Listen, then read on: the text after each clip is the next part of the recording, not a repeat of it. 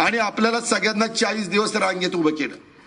माझी आई 82 वर्षाची, तिला पैसे पाहिजे तर मी माझ्या आईला रांगेत उभं करेल का 82 वर्षाच्या? मी काय म्हणेल, आई चेकवर सही कर, मी तरी जाईल किंवा पीएला पाठवीन आणि पैसे तुझे आणून तुझ्याकडे देईन.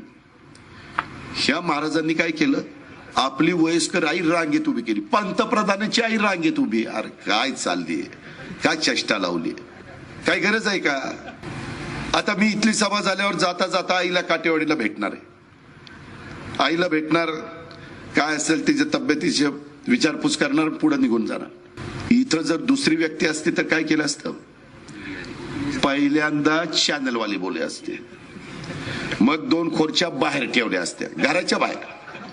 मग एकावर स्वतः बसले असते आणि दुसऱ्यावर आईला बसवलं असतं आणि तिला सांगितलं असतं जर असं मला कर. हा आई करते.